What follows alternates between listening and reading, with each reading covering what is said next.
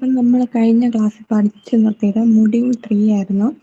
Excel ആയിരുന്നു പഠിച്ചത് അല്ലേ? MS എക്സൽ 2013 ആയിരുന്നു കഴിഞ്ഞ മൊഡ്യൂളിൽ നമ്മൾ പഠിച്ചത്.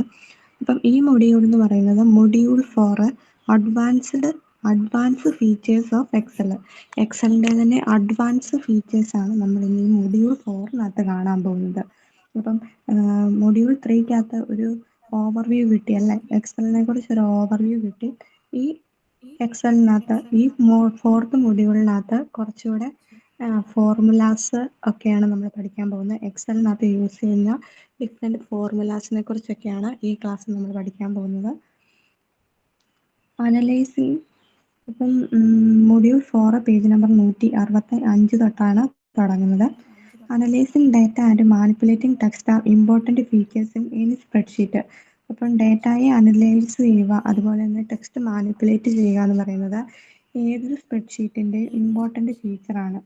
Excel also provides these facilities using functions for different categories of tasks like manipulation of text, date and time, calculation of numbers.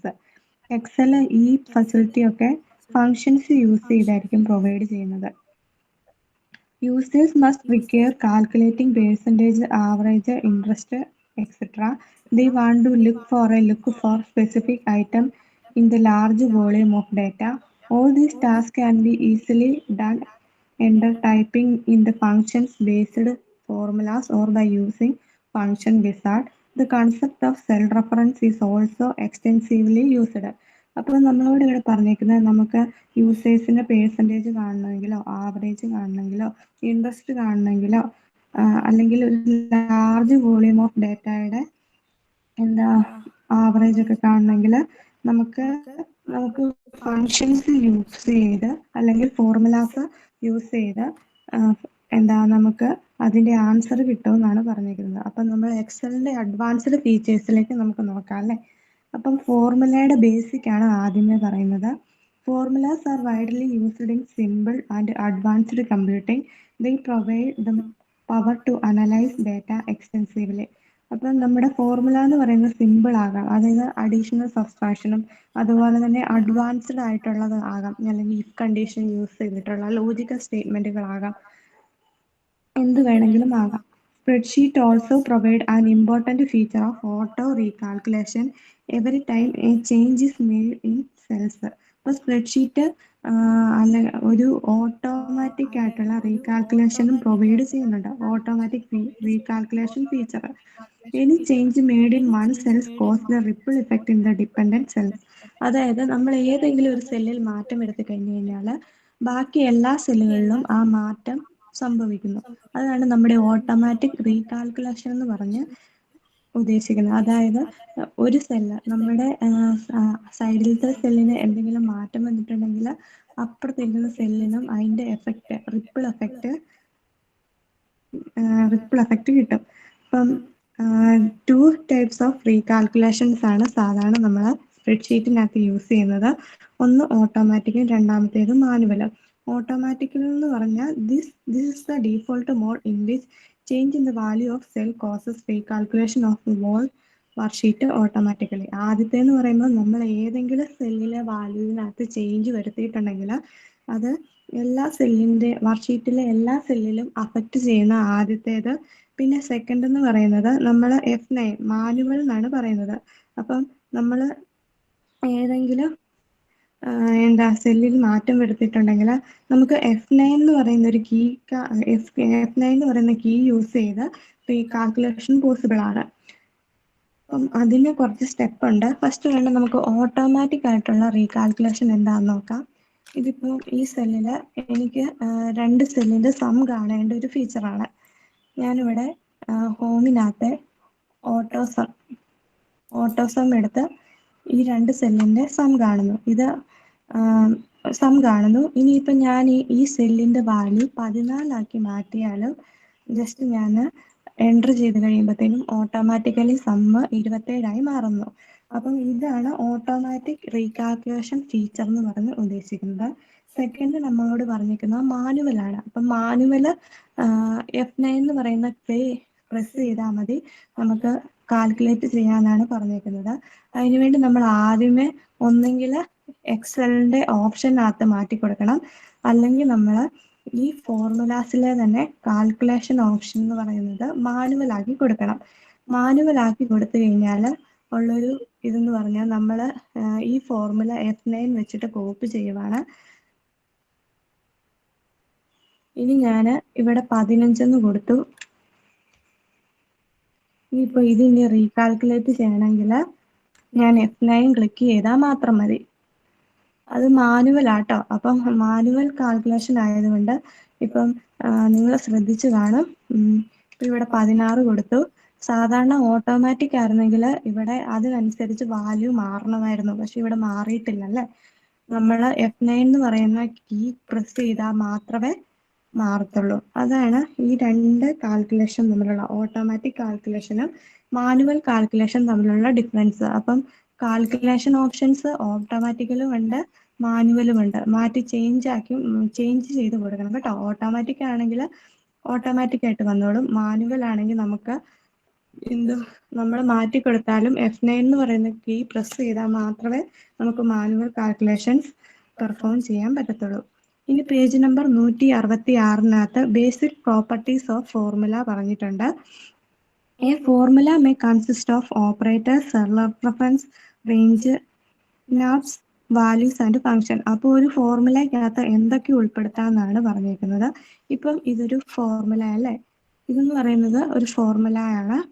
ഇപ്പം ഇതിനകത്ത് സെല്ലിന്റെ A1 A2 എന്ന് പറയുന്ന സെല്ലുകളുടെ റഫറൻസ് ആണ്. അതുപോലെ തന്നെ റേഞ്ച് A1 A2 എന്ന് പറയുന്നത് റേഞ്ച് ആണ്. A1 തൊട്ട് A2 വരെയുള്ള സെല്ലുകളുടെ റേഞ്ച് ആണ്. അതുപോലെ തന്നെ ഓപ്പറേറ്റേഴ്സ്, ഇവിടെ സം ആണ്, നമ്മൾ ഡയറക്റ്റ് ഫംഗ്ഷൻ ആണ് യൂസ് ചെയ്തേക്കുന്നത്, അതുകൊണ്ടാണ്. ഇനി നെക്സ്റ്റ് പറഞ്ഞേക്കുന്നത് a formula always start with an equal to sign. അപ്പം നമ്മൾ എപ്പോഴും ഫോർമുല ടൈപ്പ് ചെയ്യുമ്പോൾ ശ്രദ്ധിക്കണം, എക്സലിനകത്ത് പ്രത്യേകിച്ച് നമ്മൾ ഈക്വൽ ടു സൈൻ കൊടുത്തു കഴിഞ്ഞിട്ട് ഫോർമുല കൊടുത്താലേ അത് പെർഫോം ആവത്തുള്ളൂ. അതായത് ഞാൻ പറയാം, ഞാനിപ്പം A1 എന്ന് പറയുന്ന സെല്ല്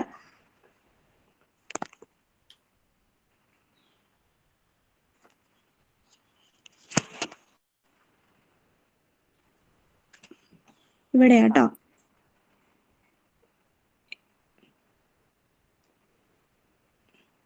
A1 എനിക്ക് ഈക്വൽ ടു സിമ്പിൾ അടിക്കാതെ പെർഫോം ചെയ്യാൻ പറ്റത്തില്ല. ജസ്റ്റ് A1 സെല്ല് സെലക്ട് ചെയ്യുന്നു. അതുപോലെ തന്നെ എനിക്ക് പ്ലസ് ക്ലിക്ക് ചെയ്ത് കഴിഞ്ഞാൽ അങ്ങനെ വേണമെങ്കിൽ ഫോർമുലാസ് പെർഫോം ചെയ്യാം. ഇനി next, when a formula is entered in the cell, after enter key is pressed, only the calculated result is displayed in the cell and not the formula. അപ്പോൾ നമ്മൾ ഇപ്പോൾ type ചെയ്തപ്പോഴും ശ്രദ്ധിച്ചല്ലേ, നമ്മൾ ഈക്വൽ ടു സിമ്പിൾ ക്ലിക്ക് ചെയ്തു, ആ cell select ചെയ്തു, അതുപോലെ തന്നെ പ്ലസ് ക്ലിക്ക് ചെയ്തു, അതുപോലെ തന്നെ നെക്സ്റ്റ് സെല്ല് ക്ലിക്ക് ചെയ്തു. അപ്പോൾ ഇവിടെ ഒരു ഫോർമുലയ്ക്കുള്ള സെൽസ് ആണ് ഞാനിവിടെ സെലക്ട് ചെയ്ത് കൊടുത്തേക്കുന്നത്. അപ്പോൾ ഞാനിവിടെ എൻ്റർ അടിക്കുമ്പോൾ ആ സെല്ലുകളല്ല, അതിൻ്റെ റിസൾട്ടാണ് അവിടെ ഡിസ്പ്ലേ ചെയ്ത് കാണിക്കുന്നത്. If we make A cell containing formula as an active cell through still shows value but in the formula bar formula is displayed. അപ്പം ഇവിടെ നമുക്ക് നമ്മുടെ സെല്ലിന്റെ ഒറിജിനൽ വാല്യൂ ആണ് കാണിക്കുന്നത്. പക്ഷെ ഈ നിങ്ങൾ ഫോർമുല ബാർ ശ്രദ്ധിച്ചോ, ഫോർമുല ബാറിനകത്ത് നമ്മൾ കൊടുത്തിരിക്കുന്ന ഫോർമുലാസ് ആണ് ഡിസ്പ്ലേ ചെയ്ത് കാണിക്കുന്നത്. അപ്പൊ ഇവിടെ നമ്മുടെ സെല്ലിന്റെ ടോട്ടലായിട്ട് നമ്മൾ കൊടുത്തതിന്റെ റിസൾട്ട് കാണുന്നു. അതുപോലെ തന്നെ ഈ ഫോർമുല ബാറിൽ നമ്മൾ കൊടുത്തേക്കുന്ന ഫോർമുല ആയിരിക്കും കാണിക്കുന്നത്. ഇനി ഡിഫറെന്റ് ഫങ്ഷൻസ് ഇൻ സെല്ലാണ് നമ്മൾ പഠിക്കാൻ പോകുന്നത്. There are total 461 different functions in Excel 2013. Excel functions are predefined formula acting a range of cells. It takes the cells the range as arguments to the functions. There are some functions which don't take argument, but majority of functions take cells as argument. Excel functions are categorized into 10 under different categories. അപ്പോൾ functions എന്ന് പറയുന്നത് 461 different function Excel 2013 support ചെയ്യുന്നുണ്ട്. പക്ഷേ ഇതിനെ എല്ലാം different കാറ്റഗറീസിനകത്താണ് divide ചെയ്ത് വെച്ചേക്കുന്നത്. അപ്പം ചിലതിന് നമ്മൾ ആർഗ്യുമെന്റ്സ് കൊടുക്കണം, ചിലതിന് ആർഗ്യുമെന്റ്സ് കൊടുക്കണ്ട എന്നാണ് പറഞ്ഞേക്കുന്നത്. അപ്പോൾ ഇവിടെ ഒരു 10 ഡിഫറെൻറ്റ് കാറ്റഗറീസ് ഓഫ് സെൽസ് പറഞ്ഞിട്ടുണ്ട്. സെൽസ് അല്ല, ഫങ്ഷൻസ് പറഞ്ഞിട്ടുണ്ട്. ഡേറ്റ് ആൻഡ് ടൈം എക്സൽ ഫങ്ഷന്, engineering, financial, information, logical, lookup, math, ടെക്നോമെട്രി, സ്റ്റാറ്റിസ്റ്റിക്കൽ, ടെക്സ്റ്റ്, ക്യൂബ്. അപ്പോൾ ഇതെല്ലാം കാണിക്കുന്ന ഫോർമുല. ഇത് ഹോം അല്ലേ? ഈ ഫോർമുല ബാറിലാണ് എന്താ ഈ നമ്മുടെ കാറ്റഗറീസ് മുഴുവനും കിടക്കുന്നത്. ഇനി നമുക്ക് ലോജിക്കൽ എക്സൽ ഫംഗ്ഷൻ എന്താണെന്ന് ഫസ്റ്റ് വേണം നോക്കാം. അപ്പം ലോജിക്കൽ ഫംഗ്ഷൻ എന്ന് പറയുമ്പം ഇഫ് ഉണ്ട്, ആൻഡ് ഉണ്ട്, ഓർ ഉണ്ട്, നോട്ട് ഉണ്ട്, ഇഫ് എറർ ഉണ്ട്, ട്രൂ ഓർ ഫോൾസ് വാല്യൂ ഉണ്ട്. അപ്പം ഫസ്റ്റ് ഞാൻ ഇഫ് കണ്ടീഷൻ ഒന്ന് ചെയ്ത് കാണിക്കാം. ഇഫ് കണ്ടീഷൻ എന്ന് പറയുമ്പം ലോജിക്കൽ ടെസ്റ്റ്, റേഞ്ച് ഓഫ് സെൽസിന്റെ ലോജിക്കൽ ടെസ്റ്റ് നടത്തുന്നതിന് വേണ്ടിയാണ് നമ്മൾ ഇഫ് കണ്ടീഷൻ യൂസ് ചെയ്യുന്നത്. അതിനുവേണ്ടി ന്യൂ ബ്ലാങ്ക് വർക്ക്ഷീറ്റ് ഞാൻ എടുക്കുകയാണ്. ഇവിടെ തന്നേക്കുന്നത് ഇഫ് ഫംഗ്ഷന്റെ ഫോം ആണ് തന്നേക്കുന്നത്. ഞാനിവിടെ ജസ്റ്റ് ലോജിക്കലിനകത്ത് ഇഫ് ഫംഗ്ഷൻ സെലക്ട് ചെയ്യുന്നു.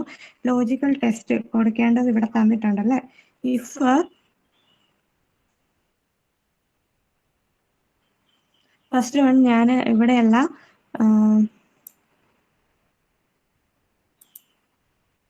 A1 എന്ന് പറയുന്ന സെല്ല് 10ഉം അതുപോലെ തന്നെ 10 അപ്ലൈ ചെയ്യുവാണ്. ഇനി ഞാൻ C1-നകത്താണ് കണ്ടീഷൻ ചെക്ക് ചെയ്യുന്നത്. അപ്പോൾ C1-നകത്ത് ഞാൻ ചെക്ക് ചെയ്ത് കൊടുക്കുവാണ് ലോജിക്കൽ ഇഫ് അല്ലേ. ഇഫിനകത്ത് ടെക്സ്റ്റ് കൊടുത്തേക്കുന്നത് A1 = ക്യാപ്സ് ലോക്ക് കൊടുക്കണേ. A1 = 10 ആണെങ്കിൽ ഇഫ് വാല്യൂ എന്ന് പറയുന്നത് 1ഉം അതുപോലെ തന്നെ ഫോൾസ് വാല്യൂ എന്ന് പറയുന്നത് 0യും. അപ്പോൾ ട്രൂവിനെ റെപ്രസെന്റ് ചെയ്യാൻ 1ഉം സീറോയെ റെപ്രസെന്റ് ചെയ്യാൻ ഫോൾസിനെ റെപ്രസെന്റ് ചെയ്യാൻ 0യും കൊടുത്തന്നേ ഉള്ളൂ കേട്ടോ. ഇനിയിപ്പം നമ്മളിപ്പം കറസ്പോണ്ടിങ് ആയിട്ട് അടിച്ചു കൊടുത്തേക്കുന്നത് ഇതെല്ലാം നമ്മുടെ ഫോർമുല ബാറിൽ വന്നിരിക്കും. നമ്മൾ ഓക്കെ കൊടുത്തു കഴിഞ്ഞാൽ നോക്കിക്കേ, A1-ലെ വാല്യൂ 10 ആയതുകൊണ്ട് നമ്മൾ ട്രൂവിനകത്ത് കൊടുത്തേക്കുന്ന 1 അല്ലേ, അത് ഡിസ്പ്ലേ ചെയ്തു. ഇപ്പം A1-ന്റെ വാല്യൂ 11 ആയിരുന്നെങ്കിൽ ഇവിടെ 0 ഡിസ്പ്ലേ ചെയ്യുമായിരുന്നു.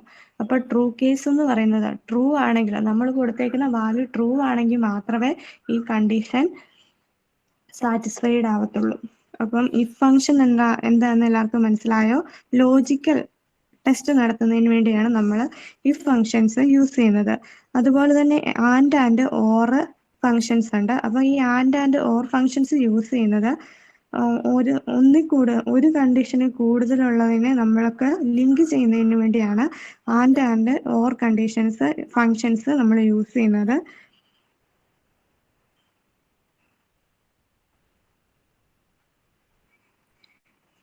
അപ്പോൾ ഇതിന്റെ റിസൾട്ട് എങ്ങനെയാണെന്ന് നമുക്ക് നോക്കാം. ഫസ്റ്റ് A1 എന്ന് പറയുന്നത് 10ഉം അതുപോലെ തന്നെ B1 എന്ന് പറയുന്നത് ഞാൻ 11ഉം ആക്കി കൊടുക്കുവാണ്. എന്നിട്ട് ഞാൻ ഫോർമുലാസിനകത്തെ തന്നെ ലോജിക്കൽ അല്ലേ, ലോജിക്കലിനകത്ത് ഇഫിനകത്താണ് നമ്മൾ ആൻഡ് കൊടുക്കുന്നത്. ഇതിനകത്ത്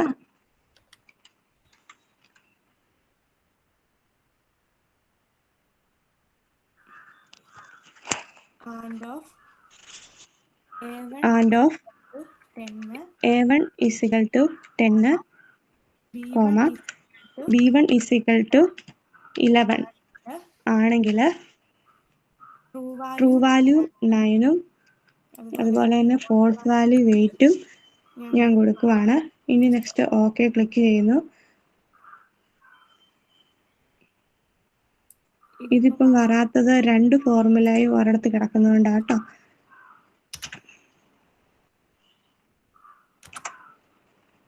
ഇപ്പം 9 വരുന്നത് നിങ്ങൾ കണ്ടോ? അതായത്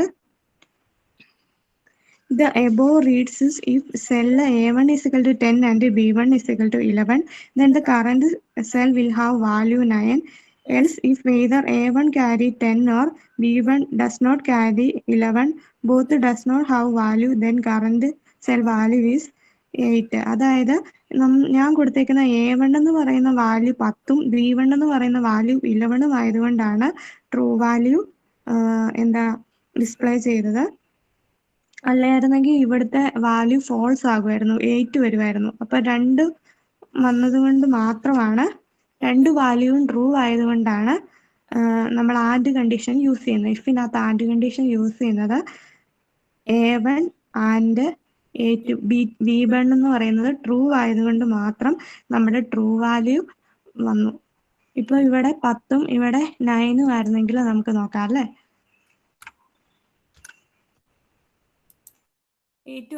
A2 വന്നത് കണ്ടോ? അതായത് A1ന്റെ വാല്യൂവും B1ന്റെ വാല്യൂവും ട്രൂ ആവുന്ന കേസിൽ മാത്രമാണ് ആൻഡ് കണ്ടീഷൻ വർക്ക് ആവുന്നത്. ഇനി നെക്സ്റ്റ് കണ്ടീഷൻ പറഞ്ഞേക്കുന്നത് ഓർ ആണ്. അപ്പം ഈ ആൻഡിന്റെ സ്ഥാനത്ത് നമ്മൾ ഓർ എഴുതി കൊടുത്താൽ മാത്രം മതി. ഓർ കണ്ടീഷൻ പറയുമ്പോൾ ഏതെങ്കിലും വാല്യൂ ട്രൂ ആയാൽ നമ്മുടെ കണ്ടീഷൻ ട്രൂ ആവും. അതായത് 10ഉം 9ഉം. ഇവിടുത്തെ A1 എന്ന് പറയുന്ന വാല്യൂ 10ഉം അതുപോലെ തന്നെ B1 എന്ന് പറയുന്ന വാല്യൂ 9ഉം ആണ്. ഇവിടെ B1 എന്ന് കൊടുത്തേക്കുന്നത് 11ആണ്. പക്ഷെ A1ലെ വാല്യൂ ട്രൂ ആയതുകൊണ്ട് നമ്മൾ കൊടുത്തേക്കുന്ന സിക്കകത്ത് കൊടുത്തേക്കുന്ന കണ്ടീഷൻ 9 എന്ന് പറയുന്നത് ട്രൂ ആയി. അതായത് ഓർ കണ്ടീഷൻ നമ്മൾ യൂസ് ചെയ്യുന്നത് ഏതെങ്കിലും ഒരു വാല്യൂ, നമ്മൾ കൊടുത്തേക്കുന്ന ഏതെങ്കിലും ഒരു വാല്യൂ ട്രൂ ആയാൽ ഈ സി എന്ന് പറയുന്ന ഈ കണ്ടീഷനകത്ത് ട്രൂ വാല്യൂ ഡിസ്പ്ലേ ആയി വരും. അതിനു വേണ്ടിയാണ് നമ്മൾ ഓർ കണ്ടീഷൻ യൂസ് ചെയ്യുന്നത്. പക്ഷെ ആൻഡ് എന്ന് പറയുന്നതോ A1ഉം B1ഉം ട്രൂ ആയാൽ മാത്രമേ സി എന്ന് പറയുന്ന വാല്യൂ ട്രൂ ആവത്തുള്ളൂ. ഇനി നെക്സ്റ്റ് നോട്ട് ഉണ്ട്. ഇപ്പൊ നോട്ട് എന്ന് പറയുമ്പോഴേ നമുക്കറിയാം, നോട്ട് എന്ന് പറയുമ്പം കണ്ടീഷന്റെ റിവേഴ്സ് അല്ലേ ചെക്ക് ചെയ്യുന്നത്. അതായത് A1ന്റെ വാല്യൂ 10 ആണെങ്കിൽ എന്താ 9 ഡിസ്പ്ലേ ചെയ്യണം. അല്ലെങ്കിൽ A1ന്റെ വാല്യൂ 10 ആണെങ്കിൽ റിവേഴ്സ്, അതായത് 8 ഡിസ്പ്ലേ ചെയ്യണം. അത് നമുക്ക് എങ്ങനെയാന്ന് നോക്കാം. ഇവിടെ A2 ആണ് ഞാൻ കൊടുക്കുന്നത്. ഇതിന്റെ വാല്യൂ 10 അല്ലേ, അപ്പൊ ഈ കണ്ടീഷൻ ട്രൂ ആണ്. പക്ഷെ നോട്ട് കണ്ടീഷൻ ആണ് ഇവിടെ ഡിസ്പ്ലേ ചെയ്യേണ്ടത്.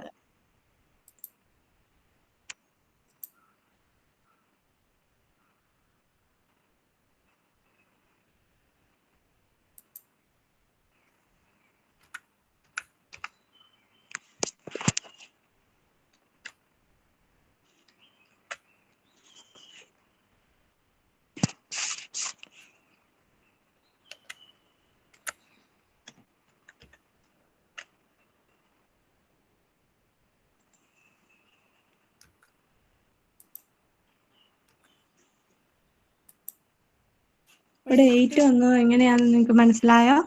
ഇപ്പൊ A1ന്റെ വാല്യൂ ട്രൂ ആണ്, അതുകൊണ്ട് നോട്ട് കണ്ടീഷൻ എന്ന് പറയുന്നത് റിവേഴ്സ് പ്രിന്റ് ചെയ്യും. അതായത് ഫോൾസ് വാല്യൂ ഇവിടെ പ്രിന്റ് ചെയ്യുന്നു. അത്രേ ഉള്ളൂ. ഇനി ഇഫ് എറർ എന്ന് പറയുന്നത്, IFERROR returns the correct value if the equation is correct, just like function IF returns error if equation is error. Equation error ആയുള്ള കണ്ടീഷനിലാണ് ഇഫ് എറർ കണ്ടീഷന് ഡിസ്പ്ലേ ചെയ്യുന്നത്. ഇതുപോലെ തന്നെയാട്ടോ, അതുകൊണ്ട് ഞാൻ കാണിക്കുന്നില്ല. ഇനി true and false. True and false എന്താന്ന് ഇത്രയും പഠിച്ചുകൊണ്ട് എല്ലാവർക്കും മനസ്സിലായി കാണും. ട്രൂ എന്ന് പറയുന്നത് ട്രൂ വാല്യൂവിനെ റെപ്രസെന്റ് ചെയ്യുന്നതും, അതുപോലെ തന്നെ ഫോൾസ് എന്ന് പറയുന്നത് 0, അതായത് ഫോൾസ് വാല്യൂവിനെ റിട്ടേൺ ചെയ്യുന്നതുമാണ് ട്രൂ ആൻഡ് ഫോൾസ് കണ്ടീഷൻ എന്ന് പറയുന്നത്. അപ്പം നമ്മുടെ ലോജിക്കൽ എക്സൽ ഫങ്ഷൻസ് ആണ് നമ്മൾ പഠിച്ചത്. If, and, or, not, if error, true and false. If condition എന്ന് പറയുന്നത് എന്താ? Logical test. റേഞ്ച് ഓഫ്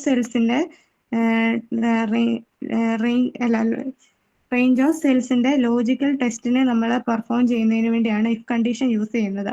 അതായത് ഒരു കണ്ടീഷൻ ചെക്ക് ചെയ്യുമ്പോൾ ആ വാല്യൂ ട്രൂ ആണെങ്കിൽ ട്രൂ ഡിസ്പ്ലേ ചെയ്യുവാനും, അതുപോലെ തന്നെ കണ്ടീഷൻ ചെക്ക് ചെയ്യുമ്പോൾ വാല്യൂ ഫോൾസ് ആണെങ്കിൽ ഫോൾസ് ഡിസ്പ്ലേ ചെയ്യാൻ വേണ്ടിയാണ് നമ്മൾ ഇഫ് ഫംഗ്ഷൻ യൂസ് ചെയ്യുന്നത്.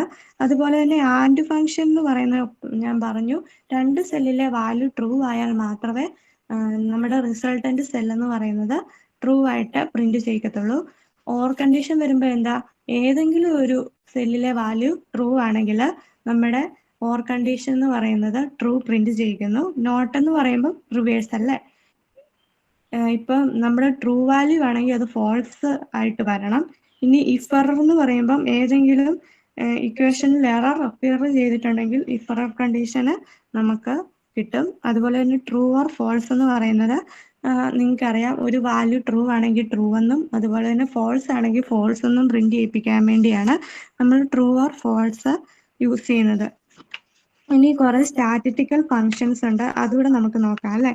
സ്റ്റാറ്റിസ്റ്റിക്കൽ ഫങ്ഷൻസ് എന്ന് പറയുന്നത് ആവറേജും മാക്സിമവും മിനിമവും കൗണ്ടും ലാർജും സ്മോളും മീഡിയനും മോഡൊക്കെയാണ്. അപ്പൊ സ്റ്റാറ്റിസ്റ്റിക്കൽ ഫങ്ഷൻ എങ്ങനെയാണ് പെർഫോം ചെയ്യുന്നതെന്ന് നോക്കാം. അതിനുവേണ്ടി ന്യൂ വർക്ക്ഷീറ്റ് എടുക്കുകയാണ്.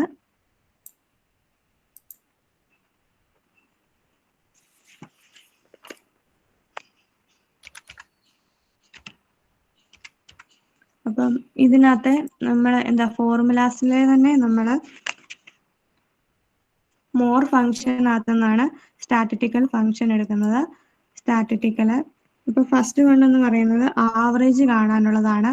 Average of A1 A2 okay കൊടുത്തു കഴിഞ്ഞാൽ 2 സെല്ലിന്റെ ആവറേജ് നമുക്ക് കിട്ടും. അതുപോലെ തന്നെ മാക്സിമം ഉണ്ടല്ലേ.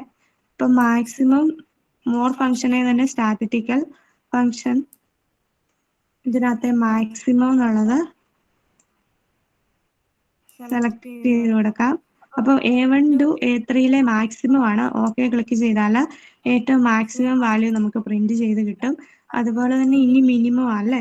ഇനി മിനിമം എന്ന് പറയുന്നതും സ്റ്റാറ്റിസ്റ്റിക്കൽ ഫംഗ്ഷന്റെ തന്നെ മിനിമം വാല്യൂ പ്രിന്റ് ചെയ്യിപ്പിക്കുന്നതിന് വേണ്ടിയുള്ളതാണ്. ഇപ്പൊ മിനിമം സെലക്ട് ചെയ്യുന്നു. A1 to A4 വരെയുള്ള സെല്ലിന്റെ മിനിമം വാല്യൂ ഓക്കെ കൊടുത്തു കഴിയുമ്പോൾ ഏറ്റവും മിനിമം വാല്യൂ ഇവിടെ പ്രിന്റ് ചെയ്ത് വരുന്നു.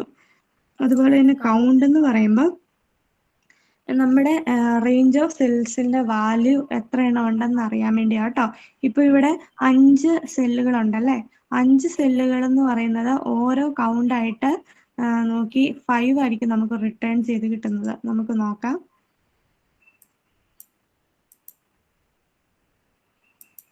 5 അല്ലേ. അതായത് A1 എന്ന് പറയുന്ന സെല്ലിനകത്ത് ഒരു വാല്യൂ, A2 എന്ന് പറയുന്ന സെല്ലിനകത്ത് ഒരു വാല്യൂ, A3 1, A4 1, A5 1, അങ്ങനെ 5 വാല്യൂസ്, 5 സെല്ലിനകത്തും 5 വാല്യൂസ് ഉള്ളതുകൊണ്ടാണ് കൗണ്ട് എന്ന് പറയുന്നത് നമുക്ക് കിട്ടുന്നത്. അതായത് number of values in A range of cell ആണ് കൗണ്ട് ഫംഗ്ഷൻ എന്ന് പറയുന്നത്. ഇനി ലാർജ് ഉണ്ട്, സ്മോൾ ഉണ്ട്. ഇനി ലാർജ് എന്തിനാ യൂസ് ചെയ്യുന്നത് നോക്കാം. മോർ ഫംഗ്ഷന്റെ തന്നെ സ്റ്റാറ്റിസ്റ്റിക്കലിനകത്തെ ലാർജ് ഫംഗ്ഷൻ എടുത്ത് നോക്കിക്കഴിഞ്ഞാൽ നമുക്കറിയാം. ലാർജ് ഇപ്പൊ ആരെ നമ്മൾ സെലക്ട് ചെയ്ത് കൊടുക്കണം.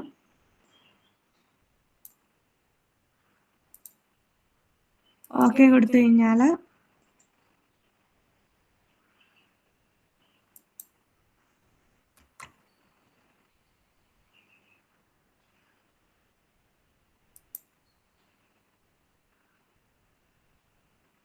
നമ്മൾ നമ്പർ ഓഫ് അരേ കൊടുക്കുമ്പോൾ number of function, number of വാല്യൂസും കൂടെ കൊടുക്കണം കേട്ടോ. ഒന്നുകൂടെ നമുക്ക് കൊടുത്തു നോക്കാം. മോർ ഫംഗ്ഷന്റെ തന്നെ സ്റ്റാറ്റിസ്റ്റിക്കൽ നമ്മൾ കൊടുക്കുന്നതിന്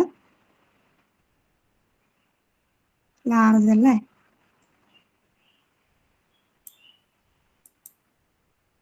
അരേ നമ്മൾ ആദ്യമേ സെലക്ട് ചെയ്ത് കൊടുക്കുന്നു. അതുപോലെ തന്നെ 6 അല്ലേ, K എന്ന് പറയുന്നത് 6 ആണ്. ഓക്കെ കൊടുത്തു കഴിഞ്ഞാൽ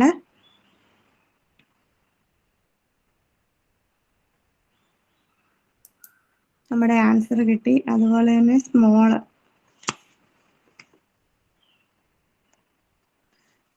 ഇവിടെ 1 ആയിരുന്നു കേട്ടോ കൊടുക്കേണ്ടത്. ഒന്നുകൂടെ ചെയ്ത് നോക്കാം. മോർ ഫംഗ്ഷനിലെ തന്നെ സ്റ്റാറ്റിസ്റ്റിക്കൽ ലാർജ് അല്ലേ.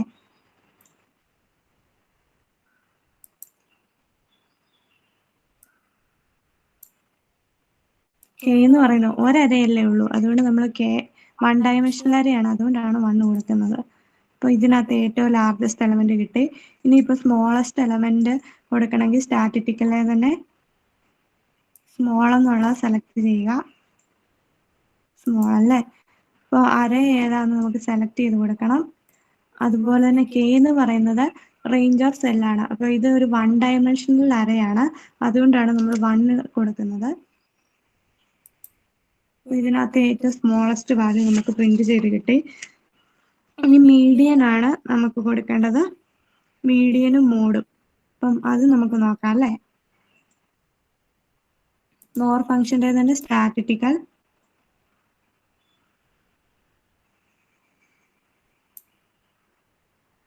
Median of A1 to A8. Okay, ഇതാണ് നമ്മുടെ ഈ റേഞ്ച് ഓഫ് സെല്ലിന്റെ മീഡിയൻ എന്ന് പറയുന്നത്. അതുപോലെ തന്നെ മോഡ് നമുക്ക് കൊടുക്കാം. മോഡ് എന്ന് പറയുമ്പോൾ എന്താ, റിപ്പീറ്റ് ആയിട്ട് കിട്ടുന്ന വാല്യൂവിനെയാണ് നമ്മൾ മോഡ് എന്ന് പറയുന്നത് അല്ലേ. അപ്പോൾ മോഡ് കൊടുക്കാം.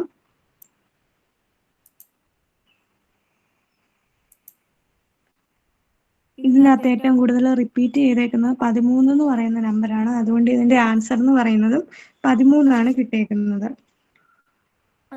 അതുപോലെ ഇതുപോലെ തന്നെയാണ് നമ്മുടെ മാത്തമെറ്റിക്കൽ ഫങ്ഷൻസും പെർഫോം ചെയ്യുന്നത്. അതെങ്ങനെയാണെന്ന് നമുക്ക് നോക്കാം. ഇതിനകത്തെ മാത്ത് ആൻഡ് ട്രിഗ്നോമെട്രിക് ഫംഗ്ഷനകത്തെ സം എന്ന് പറയുമ്പോൾ സം കാണുന്നതിന് വേണ്ടി അല്ലേ. ഓക്കെ കൊടുക്കുന്നു. ഇതാണ് സം. ഇനി സം ഓഫ് പ്രോഡക്റ്റ് എന്ന് പറയുമ്പോൾ രണ്ട് സെല്ലിന്റെ സം ഓഫ് പ്രോഡക്റ്റ് കാണുന്നതിന് വേണ്ടിയാണ് നമ്മൾ ഇത് യൂസ് ചെയ്യുന്നത്. അതിനുവേണ്ടി ഞാൻ ഈ സെല്ല് തന്നെ കോപ്പി ചെയ്ത് ഇവിടെ തന്നെ പേസ്റ്റ് ചെയ്യുവാണ്.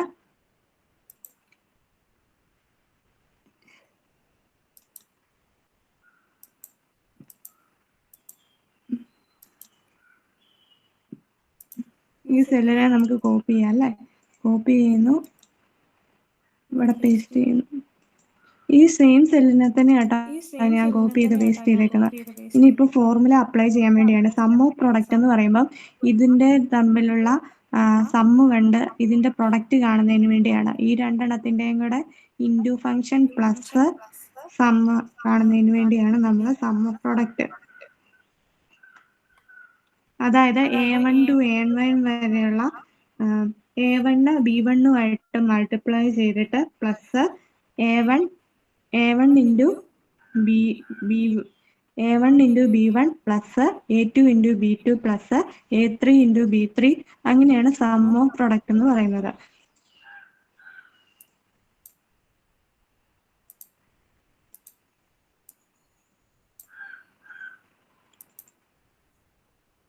ഫസ്റ്റ് വൺ ആരെ,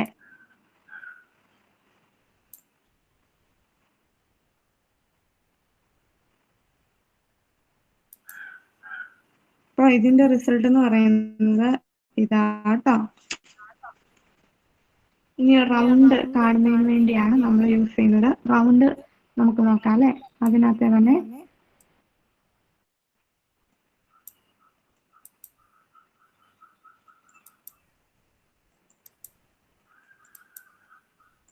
നമുക്ക് റൗണ്ട് ഫംഗ്ഷൻ ഒന്നുകൂടെ നോക്കാം.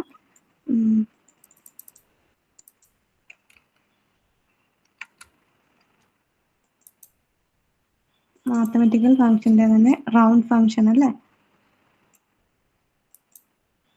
അപ്പോൾ ഏത് നമ്പറിന്റെ റൗണ്ടാ കാണേണ്ടതെന്ന് നമ്മളോട് ചോദിക്കുന്നു. 12.5. ഓക്കെ സെലക്ട് ചെയ്യുമ്പോൾ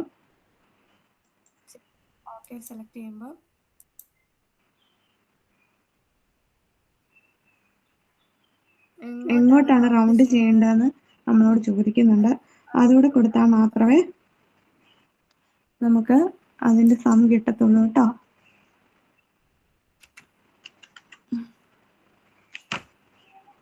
അപ്പോൾ അങ്ങോട്ട് തന്നെ നമുക്ക് റൗണ്ട് ചെയ്ത് കിട്ടി. ഇനി സ്ക്വയർ റൂട്ട് എന്ന് പറയുന്നതും പവർ എന്ന് പറയുന്നതും ഫാക്ടോറിയൽ എന്നൊക്കെ പറയുന്നതൊക്കെ നമ്മുടെ മാത്തമെറ്റിക്കൽ ഫങ്ഷൻസ് ആണ്. അപ്പം നമുക്ക് ഇതൊക്കെ ഓരോന്ന് നോക്കാം അല്ലേ. സ്ക്വയർ റൂട്ട് ഓഫ് നമ്പർ കൊടുക്കണം. അപ്പോൾ 13ന്റെ സ്ക്വയർ റൂട്ടാണ് ഇവിടെ കൊടുത്തേക്കുന്നത്. ഇനി 13ന്റെ തന്നെ പവർ നമുക്ക് നോക്കാം അല്ലേ.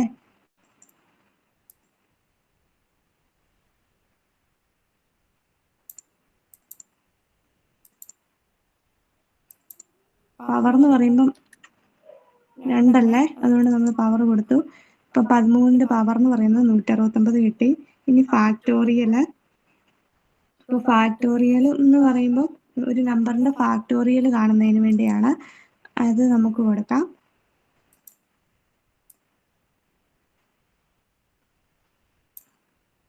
Factorial of number. 12ന്റെ ഫാക്ടോറിയൽ കൊടുത്തു കഴിഞ്ഞാൽ അതിന്റെ ഫാക്ടോറിയൽ കിട്ടും. അതുപോലെ തന്നെ ഇൻഡിജർ നമ്പർ എന്ന് പറയുമ്പോൾ